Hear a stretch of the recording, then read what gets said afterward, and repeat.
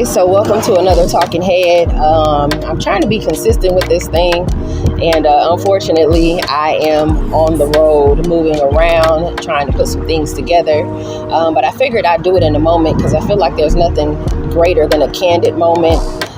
That way it's raw, it's off the dome, it's authentic, it's not rehearsed or scripted or anything like that. But real quickly, I just wanted to talk about something. I just got off the phone with a I say a homeboy, he's more like a brother now. He was on one of the projects that I had done, and the YouTube series that I had done, and we've just been in contact, but he's overseas. He's been there for 4 years, and so he and I were just having a conversation, and like many people, this probably will resonate with a lot of you guys, just feeling the exhaustion. I know for me, just trying to keep up in this system, in the way things are. We were just basically going over that, and the simple fact that he's in another country and the hustle bustle was completely different. But one of the things that we were talking about is giving ourselves the grace, or being able to say, hey, I'm going through this thing. And then what happens when, you tell yourself, or the world tells you, well, it could be worse, or having the mindset of it could be worse. And one of the things that I know I wrestle with, and some people may wrestle with this too, I'm sure, because it's a human condition, is when you embrace the mindset of it could be worse. I notice for me, it breeds a level of complacency where it's like you get so accustomed to being in the it could be worse mindset that you don't necessarily thrive or strive for better, is the wording. You don't necessarily strive for better because it could be worse, and you're grateful that it's not worse than what it is. But at what point, are you able to say, you know what, yeah, it could be worse, but I am allowed to desire better. I was raised in a place where or a mindset is the word I'm looking for, I guess, where we were grateful. My grandmother would always say she's blessed and she won't complain, even if she desired for things to change, which she did, because I heard about it all throughout life. But there was a mindset of, well, it could be worse. Yeah, I don't have the finances that I would like to have, or I don't have the resources that I would like to have, but I could be homeless, or I could not have my limbs, or I could. And granted, gratitude is always a beautiful thing, but then I feel like there is a level, and there needs to be a level of neutrality. So anyways, just really talking about giving ourselves the grace, and then just not being stuck in a mindset that says that,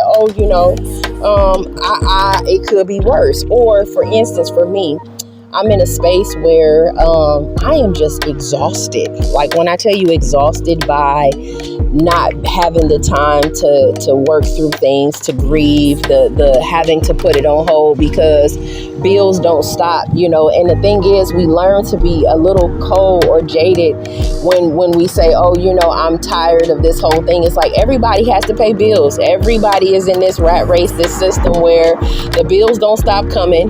You know what I mean? You catch a little woosah for a couple of weeks, and then you're back on it again. Another bill's coming up, is eating up everything that you didn't spend your time, trying to accumulate. And the crazy thing about it is, we're in a system that's so rigged that you can spend all your time trying to make money, thinking that you're going to make enough money to buy back your time. But while you're spending your time trying to buy back your time, you got things that are taking the resources that you didn't spend your time on.